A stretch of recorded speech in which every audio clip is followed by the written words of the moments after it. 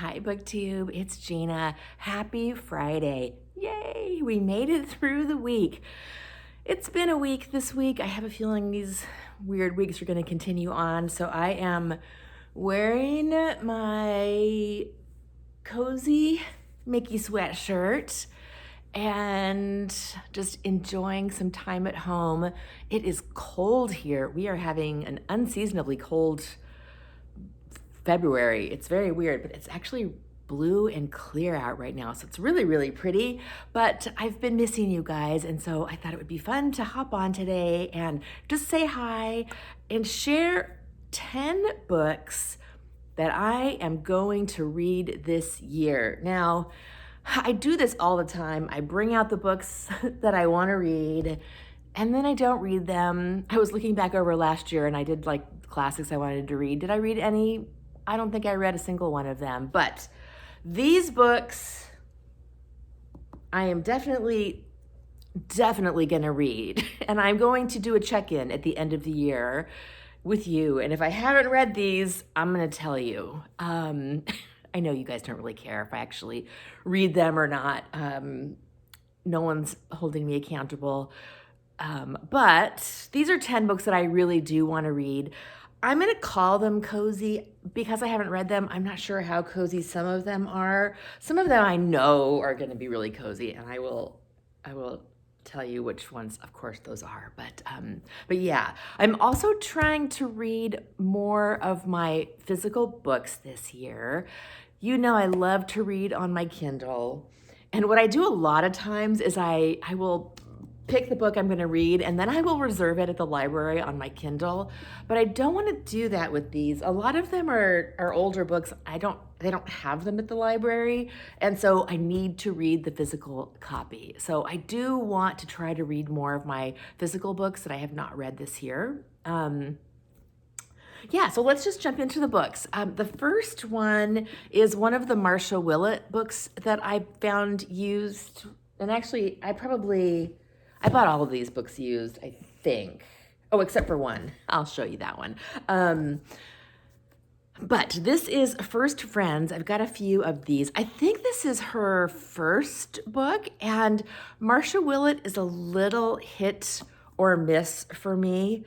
This one says, Cass and Kate met at school and are firm friends for the rest of their lives. Both marry naval officers, but Cass's infidelity, has far-reaching consequences for her children.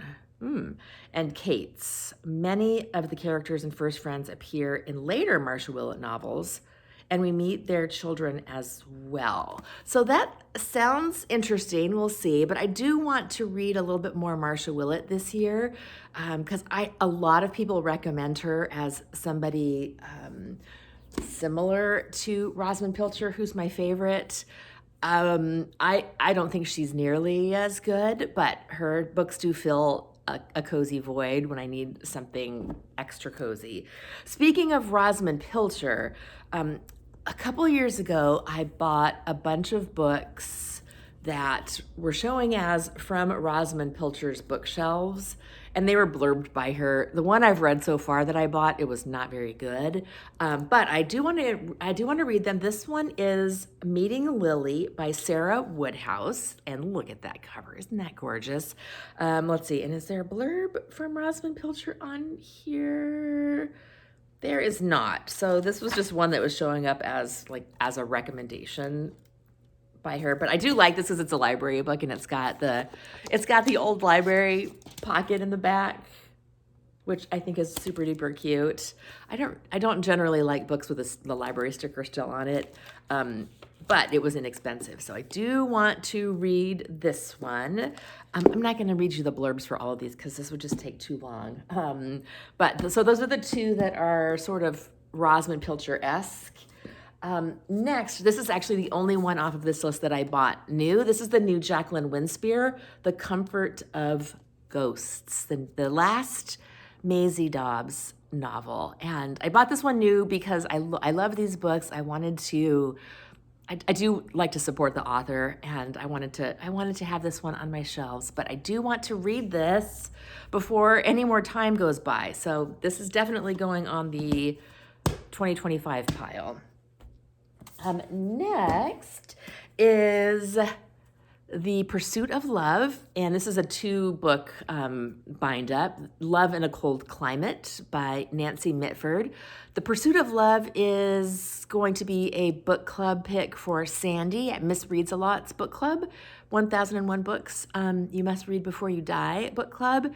I think, is that March or May? I don't remember. So I'm going to be reading this one the month that Sandy is reading it. This is another one that the Mitfords have been on my, I've not read anything by them, but they've been on my want to read list for quite some time. So I'm going to read that. Next is a Josephine Tay, The Franchise Affair.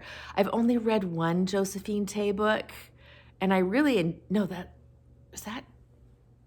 might be true. I'm trying to remember now. There might have been another one. But anyway, I have not read very much of her, and I really want to. So this is a mystery, Alan Grant mystery.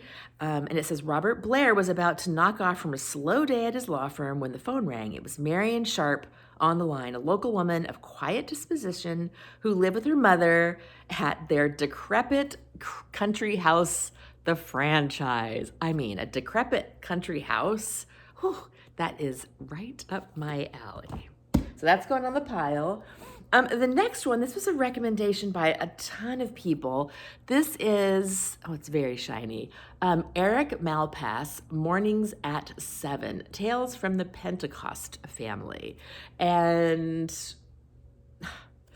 it's a young boy. Let's see. So this one is 3 generations of the Pentecost family live in a state of permanent disarray in a large, sprawling farmhouse. 7-year-old Gaylord is the innocent hero who observes the lives of the adults. And anything in a sprawling mansion is definitely for me. I love this edition, but it is very, very shiny. So sorry you're not getting a good view of that. Next is Tea is So Intoxicating by Mary Essex. I just love these British Library editions.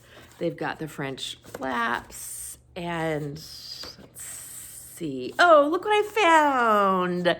This was a bookmark that Kelly from Books I'm Not Reading sent me, and it says, remember to be kind to yourself. I already know how kind you are to others. Isn't that cute? And I tucked it away in here when I wanted to read this book originally and just discovered it. So I'm going to keep it in there. That's very sweet. All right, next is a novel by Mario Giordano. This is Auntie Poldi's Sicilian Lions. And this has been sitting on my shelves for ages. Look at that. It's got a glass of champagne, a view of the water. It's beautiful. I think this is, let's see, on her 16th birthday, 60th, not 16th. Auntie Poldi's an old lady, which I love. Auntie Poldi retires to Sicily, intending to while away the rest of her days with good wine, a view of the sea, and few visitors. When mystery ensues. And I just, oh, that sounds wonderful. So I can't wait to get to that. Next, and this one, I'm not sure if this is going to be cozy, but it's by Frances Hodgson Burnett, and it is the making of a Marchioness.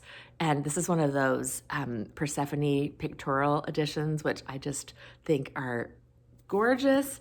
And I love this author, but I don't think I've read any of her adult books before.